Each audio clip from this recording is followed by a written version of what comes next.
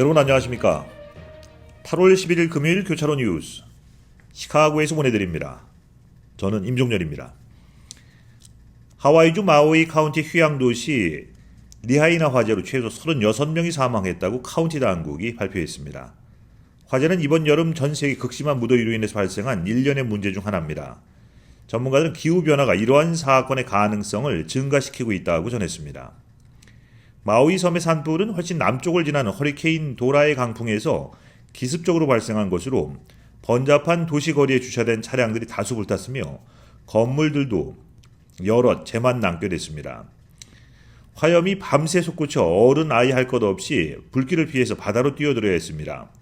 앞서 당국은 271개의 건축 구조물들이 반파되거나 파괴됐으며 수십 명이 부상했다고 밝혔습니다. 부상자 중에는 치명적인 화상을 입은 3명이 오하우 섬에 있는 스트라우 메디컬 센터 화상병동에서 치료를 받고 있다고 관계자들이 말했습니다. 최소 20명의 환자가 마우이 메모리얼 메디컬 센터로 이송됐으며 소방관 1명은 연기를 과다하게 흡입한 상태로 입원했습니다. 9일 바람이 조금 수그러들어서 항공편이 일부 운항을 재개해서 화재 피해의 전보가 드러났습니다. 라하이나 시내는 주택과 가게 수십 채가 불에 타 없어졌습니다. 해안가 바로 앞까지 불에 탄 잿더미 잔해들이 쌓여 있었으며 항구의 선박들도 전소됐습니다. 해안경비대는 어린이 2명을 포함해 화염과 연기를 피해 물에 뛰어든 14명을 구조했다고 밝혔습니다.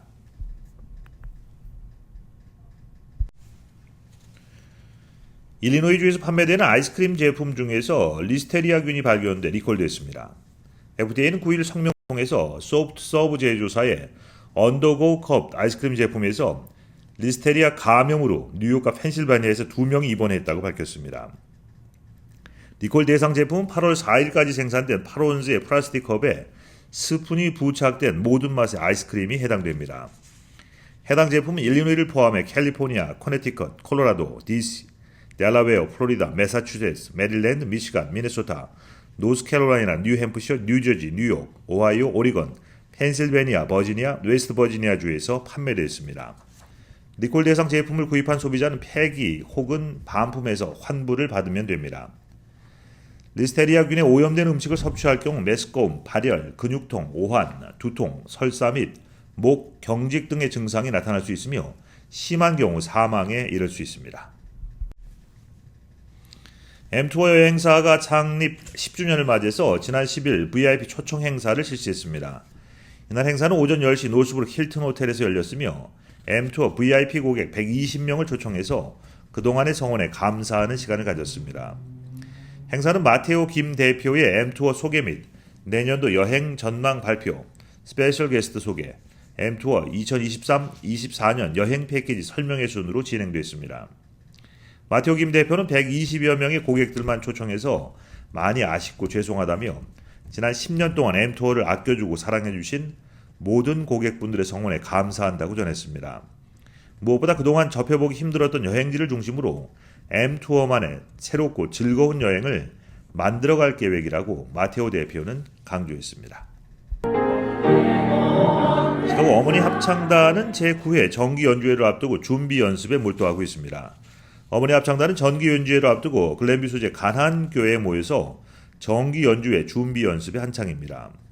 어머니 합창단의 제9회 정기 연주회는 오는 8월 20일 오후 6시 윌링에 위치한 시카고 한인제일연합 감리교회에서 예정되어 있습니다.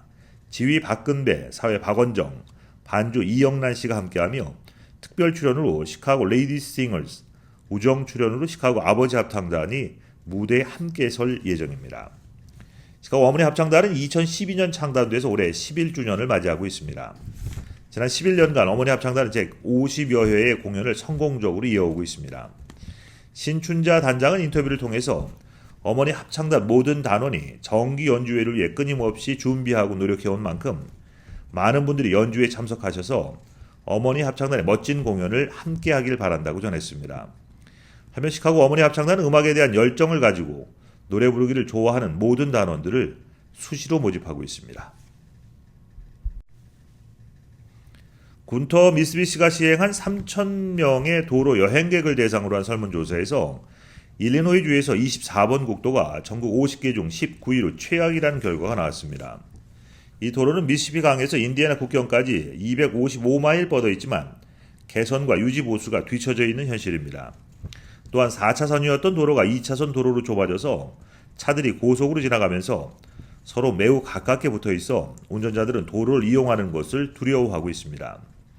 피오리아 저널 스타에 따르면 이 도로 구간에서 2010년부터 2015년까지 23건의 좌회전 충돌 사고가 발생해 30여 명이 부상을 입었습니다. 2024-2029년 일리노이 고속도로 재건 프로그램에는 6년 동안 다양한 인프라 개선에 330억 달러 이상이 투입됩니다. 여기에는 피오리아 외곽 24번 국도 8.6마일 구간이 포함되며 도로를 4차선으로 확장하고 교량을 교체하는데 약 1억 3,500만 달러를 사용할 예정입니다. 또 뉴멕시코 US 루트 285는 본과 로스웰 사이 구간은 마을 간 거리가 멀고 이용 가능한 서비스가 제한되어 있어서 활량할 수 있다는 이유로 1위로 뽑혔습니다. 페이스는 오는 주말부터 에반스톤과 오헤어 공항을 잇는 새로운 고속버스 서비스 플러스 노선을 제공할 예정입니다. 플러스란 빠르고 안전한 대중교통 서비스를 위한 페이스의 새로운 고속버스 서비스입니다. 플러스는 13일부터 댐스터 노선을 신설해서 북부 서버브를 통과하며 댐스터길을 중점적으로 운행하게 됩니다. 플러스는 댐스터 노선은 하루 중 대부분 15분 간격으로 운행됩니다. 요금은 벤트라 앱 사용자의 경우 $2, 현금은 $2 25센트입니다. 플러스는 댐스터 노선의 전체 정류장 리스트 및 추가 정보는 페이스 웹사이트를 통해서 확인할 수 있습니다. 플러스는 지난 2019년부터 나일스와 시카고를 오가는 미로키 라인을 운행 중입니다. 잠시 전하는 말씀 후에 뉴스 보내드리겠습니다.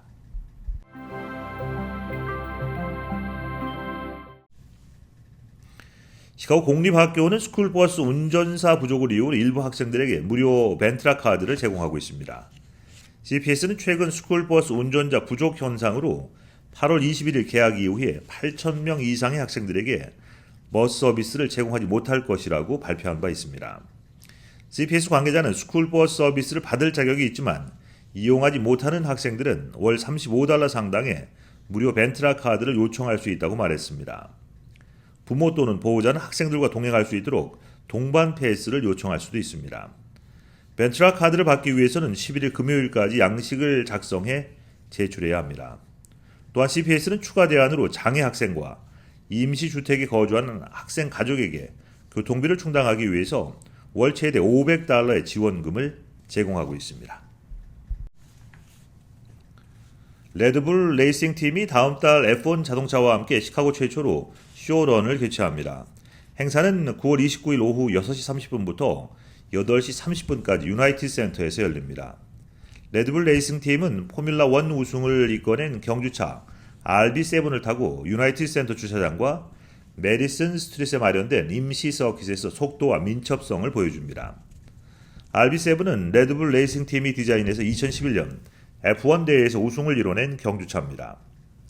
레드불은 쇼런 행사를 통해서 F1 팬들에게 축제 분위기와 가족 친화적인 환경에서 F1 자동차를 가까이에서 관람하고 레이싱 시뮬레이터를 체험할 수 있는 기회를 제공합니다. 쇼런 행사에는 스트리트 프리스타일 오토바이 선수 에런 콜튼의 쇼 또한 함께 열립니다. 쇼런 행사 입장료는 무료지만 사전 참가 등록을 하셔야 합니다.